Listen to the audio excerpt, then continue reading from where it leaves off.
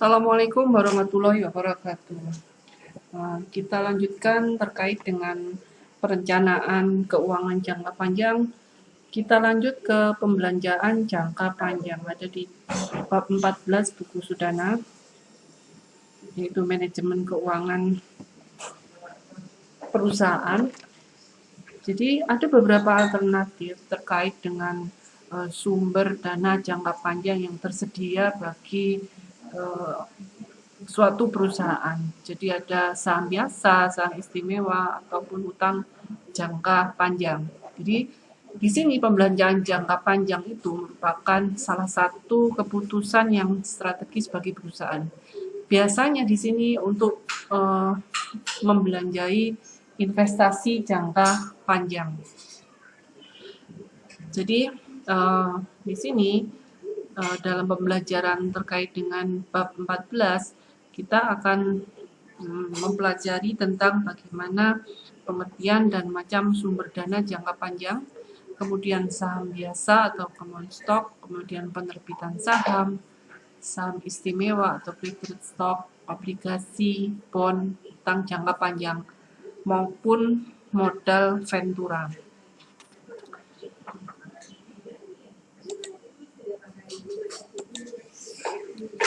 Oke. Jadi pengertian pendanaan jangka panjang di sini itu merupakan dana yang digunakan perusahaan untuk jangka waktu lebih dari 1 tahun. Dan di sini penggunaan dana jangka panjang itu untuk mendanai investasi pada aktiva tetap. Dimaksudkan itu agar perusahaan itu tidak mengalami kesulitan keuangan. Sebagai akibat jangka waktu kebutuhan dana yang lebih panjang daripada sumber waktu dananya. Jadi di sini terkait dengan perusahaan, jadi sumber dana perusahaan yang dibutuhkan perusahaan untuk mendanai investasi pada aktiva tetap perusahaan itu contohnya adalah investasi pada tanah tempat lokasi perusahaan misalnya, atau investasi gedung atau mesin. Jadi nilainya atau berumur lebih dari 1 tahun. Kemudian yang pertama, kita juga tahu bahwa saham biasa itu merupakan salah satu bentuk pembiayaan yang digunakan oleh perusahaan.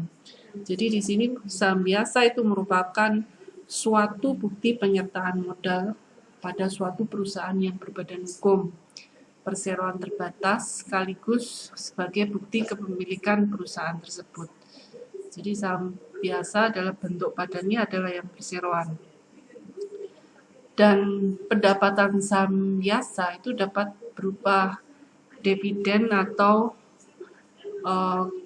capital gain. Jadi pendapatan dividen itu sifatnya itu tidak pasti karena besar kecilnya dividen itu tergantung pada besar kecil dari laba bersih perusahaan. Dan tergantung juga dengan kebijakan dividen yang diterapkan oleh perusahaan.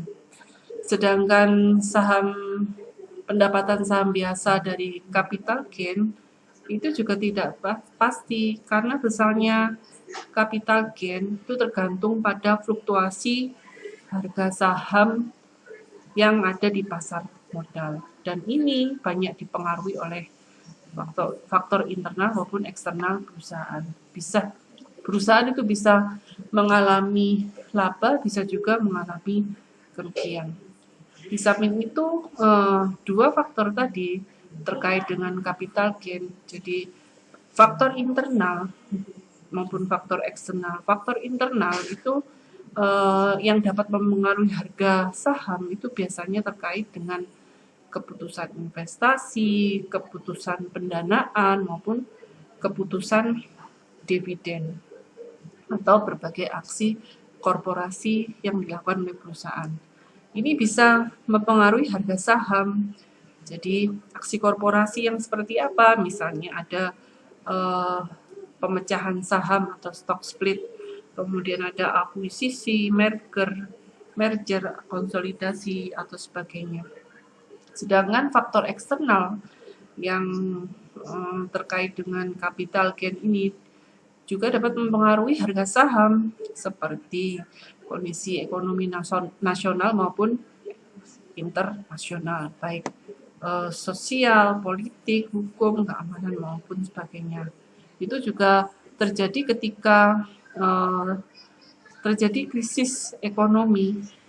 Jadi contohnya krisis ekonomi dampak dari pandemi corona. Di sini banyak perusahaan atau bursa saham yang mengalami defisit sehingga mengalami kerugian, dan dampak ini berlaku secara global.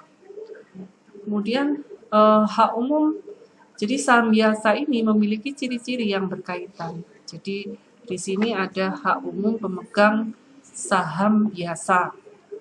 Jadi hak umum pemegang saham biasa di sini yang tunduk pada hukum dan peraturan di negara tempat perusahaan terdaftar serta anggaran dasar perusahaan ini. Kemudian ada hak kolektif. Jadi hak kolektif terkait dengan pemegang saham di sini. Hak kolektif di sini merupakan hak yang dapat dimanfaatkan secara bersama-sama.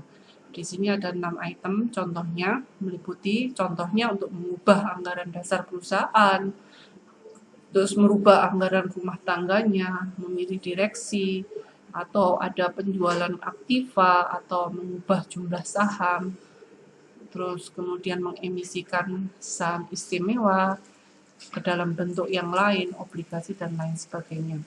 Kemudian ada juga hak khusus atau pribadi. Jadi dia merupakan hak yang dimanfaatkan oleh masing-masing pemegang saham. Jadi mereka memiliki hak suara. Contohnya untuk menyusun anggaran dasar perusahaan atau menjual saham yang dimiliki. Bisa juga dia memiliki hak untuk memeriksa pembukuan perusahaan atau memperoleh pembagian hasil penjualan aktiva jika perusahaan tersebut dilikuidasi. Kemudian hak atas laba perusahaan, kemudian hak pengendalian perusahaan maupun pembagian risiko. Kemudian terkait dengan evaluasi saham biasa. Jadi di mana evaluasi saham biasa itu merupakan sumber dana bagi perusahaan. Ditinjau dari sudut pandang perusahaan yang menerbitkan saham biasa. Di sini salah satunya keunggulan dari saham biasa itu tidak memberikan dividen yang tetap. Jadi tergantung dengan laba yang diperoleh oleh perusahaan. Saham biasa itu tidak memiliki tanggal jatuh tempo, beda dengan saham yang lain. Kemudian penjualan saham biasa juga bisa meningkatkan kredibilitas perusahaan karena meningkatkan jaminan bagi kreditur. Kemudian saham biasa juga pada saat tertentu itu dapat dijual lebih mudah dibandingkan dengan saham yang lain karena memberikan pendapatan yang lebih tinggi daripada utang serta ikut serta dalam pemilik perusahaan. Lebih bebas. Kemudian kelemahannya, di sini kelemahannya kalau penjualan saham biasa itu dapat meningkatkan hak suara atau hak pengendalian yang dimiliki pemegang saham. Kemudian yang kedua, saham biasa lebih banyak memberi hak untuk memperoleh laba kepada pemilik perusahaan. Jadi dua hal ini kenapa seperti ini? Kalau penjualan saham biasa, pemilik saham biasa itu bisa mengendalikan perusahaan pemilik saham biasa. Jadi kemudian juga lebih banyak memperoleh hak dalam arti memperoleh laba kepada pemilik perusahaan. Kemudian kelemahannya juga biaya penanggungan underwriting dan pendistribusiannya itu lebih mahal daripada utang. Kemudian perusahaan juga lebih banyak menggunakan saham biasa dibandingkan dengan utang, mempunyai biaya modal yang lebih mahal. Jadi biaya modalnya lebih mahal, tetapi mudah untuk diperjualbelikan. Kemudian dividen saham biasa itu tidak bisa digolongkan sebagai biaya untuk mengurangi pajak. Jadi dia tidak diprioritaskan untuk mendapatkan dividen. Kemudian terkait dengan penerbitan saham biasa. Jadi salah satu alternatif pendanaan jangka panjang untuk perusahaan yang berbentuk PT itu biasanya melakukan penerbitan saham. Dan penerbitan saham ini itu dilakukan dengan private placement atau dengan initial public offering atau IPO. Kalau terkait dengan private placement itu, jika penerbitan saham yang dilakukan oleh perusahaan dan dijual kepada pihak-pihak yang terbatas dan sudah dikenal, jadi seperti anggota keluarga dan teman. Kalau sebaliknya inisial public offering atau IPO itu dia sudah melibatkan dengan lembaga penunjang pasar modal. Jadi dia langsung ditujukan kepada masyarakat umum. Jadi proses penawaran ini atau emisi saham ini dilakukan dengan mekanisme bursa efek. Dan ini sudah diatur menurut peraturan Bapepam tahun 2009, yang mana ada 4 tahapan terkait dengan proses IPO ini. Yang pertama itu terkait dengan persiapan internal perusahaan, jadi terkait dengan bagaimana persetujuan manajemen perusahaan itu meminta persetujuan kepada pemegang saham yang lama melalui RUPS atau Rapat Umum Pemegang Saham, yang mana setelah ada persetujuan dari secara internal maka IPO siap dilakukan. Dan tentunya di sini harus didampingi dengan penjamin emisi atau underwriter atau lembaga penunjang lainnya untuk mewujudkan proses ini. Underwriter itu bisa dari konsultan hukum, akuntan publik, notaris, atau lembaga penilai. Kemudian yang kedua itu tahap pernyataan pendaftaran ke Bapepam LK. Jadi di sini ada setelah jadi perusahaan yang melakukan IPO itu ada surat pendaftaran. Jadi surat pendaftaran yang ditujukan ke Bapepam. Jadi di sini ada dokumen yang harus diperoleh jika perusahaan itu melakukan penerbitan saham melalui IPO. Jadi dan ini Bapepam akan mengeluarkan surat izin untuk mempublikasikan prospektus. Jadi prospektus laporan keuangan, gambaran tentang laporan keuangan secara singkat kepada masyarakat. Dan ada waktu yang diberikan dalam hal ini, yaitu 2 hari kerja. Jadi di sini dimulai masa penawaran. Jadi penawaran atau book building. Jadi itu intinya menarik minat para investor.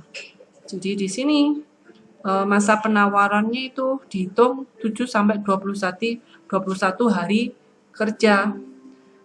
Nah, kemudian tiba ke masa penawaran umum. Nah, di sini penawaran umum perdana kepada masyarakat itu dibatasi sampai 5 hari saja dalam jangka waktu 2 hari kerja.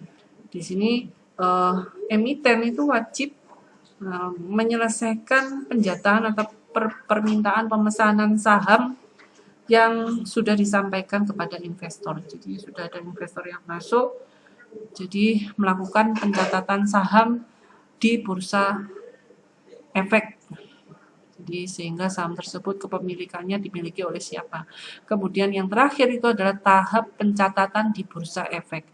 Tahap ini menjadikan perusahaan itu sudah menjadi emiten akan langsung mencatat sahamnya di bursa efek dengan syarat-syarat tertentu, dan pemenuhan persyaratan pencatatan tersebut sebelumnya sudah disepakati. Jadi ada penandatanganan antara penandatanganan perjanjian terkait dengan pencatatan efek antara calon emiten dengan Bursa Efek Indonesia.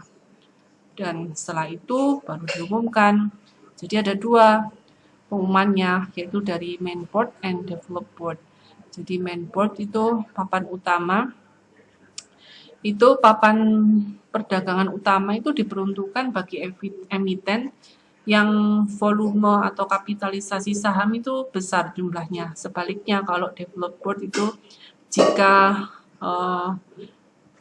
volume dan kapitalisasi sahamnya dicatatkan relatif kecil. Kemudian terkait dengan saham istimewa, berbeda dengan saham istimewa. Kalau saham istimewa itu mempunyai hak di atas saham biasa, tetapi di bawah obligasi. Dan keistimewaan saham ini berkaitan dengan hak atas laba perusahaan dan atas hasil penjualan aktiva perusahaan apabila perusahaan mengalami likuidasi. Ada beberapa persyaratan dalam emisi saham istimewa. Jadi persyaratan umumnya seperti apa? Di sini ada prioritas terhadap laba dan aktiva. Jadi di sini untuk mengurangi risiko bagi pihak pembeli. Dan nilai nominal itu merupakan jumlah uang yang akan diterima oleh pemegang saham istimewa jika perusahaan dilikuidasi, dan dividen saham istimewa itu dinyatakan sebagai persentase tertentu dalam nilai nominal. Jadi dividen saham istimewa ini bersifat kumulatif. Jadi seluruh dividen saham istimewa itu belum dilunasi. Karena perusahaan yang mengalami kerugian itu terlebih dahulu sebelum perusahaan membayar dividen saham biasa. Jadi mereka lebih diutamakan dibandingkan pemilik saham biasa. Dan konversi saham biasa. Jadi saham istimewa itu bisa dikonversikan ke saham biasa.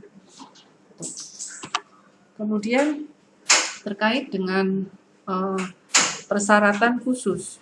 Jadi persyaratan ini tidak harus ada pada setiap saham istimewa. Contohnya di sini ada hak suara, hak partisipasi, dana cadangan pelunasan saham istimewa, tanggal jatuh tempo.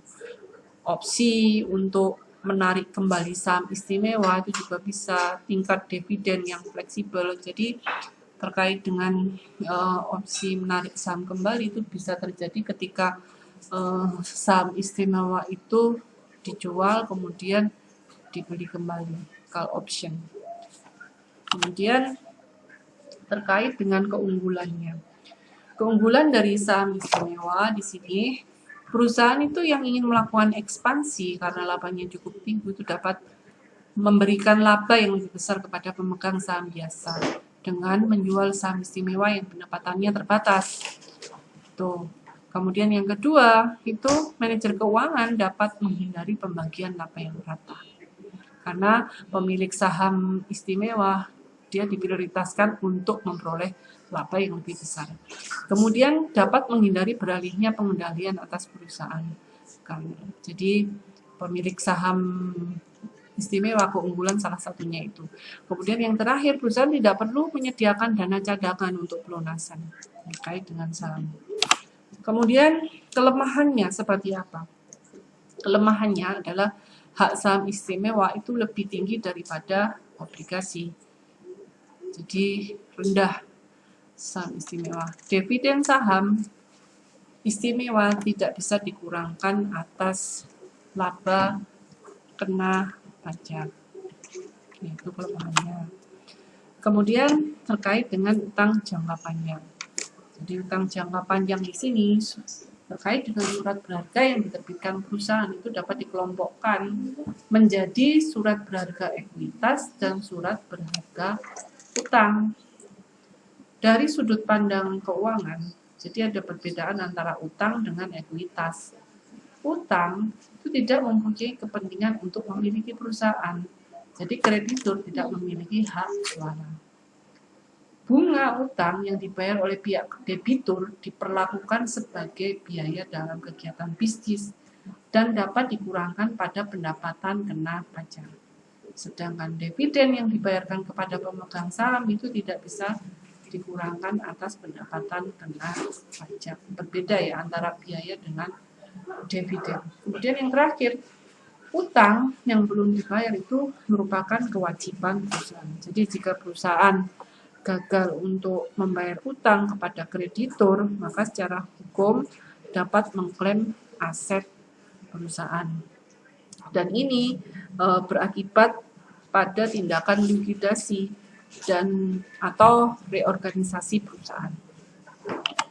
Kemudian ada beberapa macam utang jangka panjang yang dapat digunakan sebagai alternatif sumber dana bagi suatu perusahaan.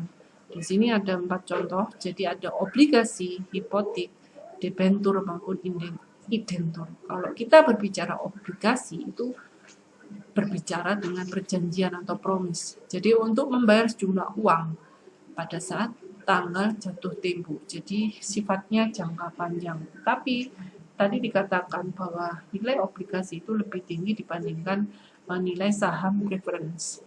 Kemudian hipotek atau mortgage itu merupakan surat utang jangka panjang dan penjaminannya itu dengan menggunakan harta tidak bergerak atau aktiva atau aset. Contohnya seperti tanah gedung atau jadi properti, jaminannya itu properti. Kemudian yang ketiga debentur, di sini debentur itu terkait dengan obligasi yang pembayarannya tidak dijamin dengan harta tidak bergerak. Kemudian identur itu dokumen yang memuat perjanjian jangka panjang antara debitur dengan kreditur terkait dengan utang jangka panjang. Seperti di sini ada saldo kompensasi, terus kemudian pembatasan dividen, saham biasa dan sebagainya. Saldo kompensasi itu biasanya dengan jasa pensiun, akuntansi jasa pensiun. Pembatasan dividen saham itu juga bisa dilakukan. Kemudian terkait dengan evaluasi utang jangka panjang itu sebagai alternatif sumber dana bagi perusahaan ditinjau dari sudut pandang perusahaan debitur. Jadi ada keuntungannya dari sudut pandang perusahaan debitur. Yang pertama, keunggulannya biaya utang itu terbatas. Kreditor tidak ikut dalam pengendalian perusahaan. Bunga dapat dikurangkan atas laba kena pajak. Fleksibilitas dalam struktur modal dapat dicapai dengan mencantumkan syarat call option. Ini bisa diterbitkan kembali. Kemudian kelemahannya, utang itu memiliki biaya tetap, jadi ada kelemahannya. Leverage keuangan itu dapat mendorong turunnya harga saham, jadi bisa turun ya. Kemudian utang memiliki masa jatuh tempo, jadi kalau tidak bisa melakukan pembayaran, otomatis perusahaan bisa terjadi tindakan likuidasi atau reorganisasi perusahaan. Kemudian utang jangka panjang itu resikonya relatif tinggi. Kemudian ada batasan tertentu bagi perusahaan untuk menggunakan utang jangka panjang. Sesuai dengan yang dijelaskan di materi sebelumnya, ada titik di mana merupakan titik pertemuan antara kita defisit maupun surplus. Kalau defisit berarti itu adalah melebihi kemampuan yang dimiliki oleh perusahaan. Makanya di sini ada batasan tertentu perusahaan. Kemudian yang terakhir dalam bab 4 ini adalah pembahasan terkait dengan modal ventura. Jadi modal ventura di sini itu merupakan salah satu bentuk pembiayaan jangka panjang terkait dengan pembelanjaan jangka panjang ya.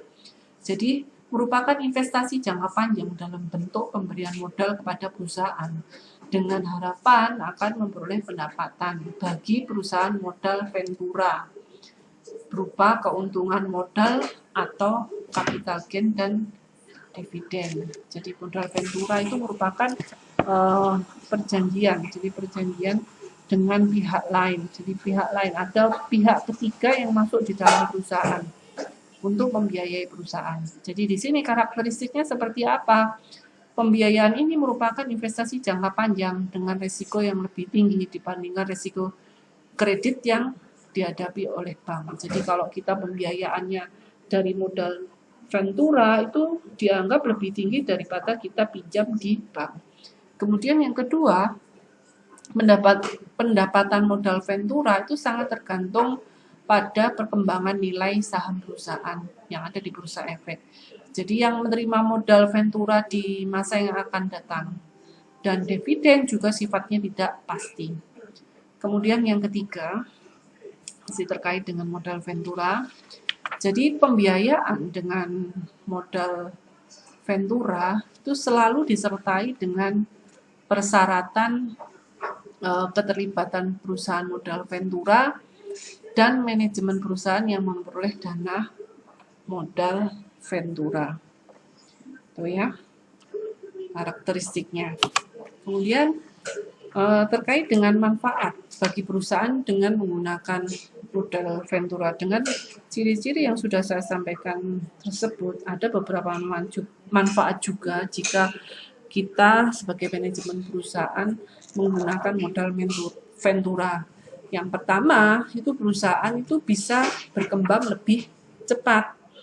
Jadi perusahaan umumnya itu bisa terjadi di perusahaan yang baru berdiri.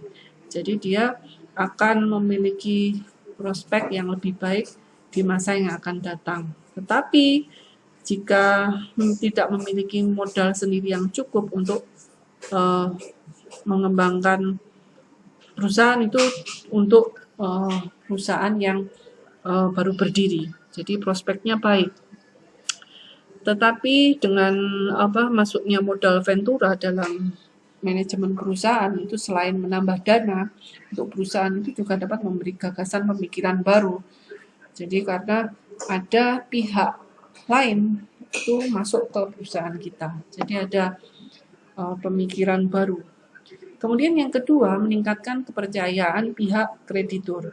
Jadi salah satu kendala yang dihadapi perusahaan baru itu adalah akses ke sumber dana yang terbatas. Nah, dengan menggunakan modal Ventura itu ada kepercayaan dari pihak kreditur, karena salah satu ketidakkepercayaan ini itu biasanya dilakukan oleh pihak perbankan terhadap manajemen suatu perusahaan karena dianggap kurang berpengalaman. Jadi modal Ventura ini membantu perusahaan yang seperti itu. Jadi dia meningkatkan modal sendiri dengan struktur modal perusahaan.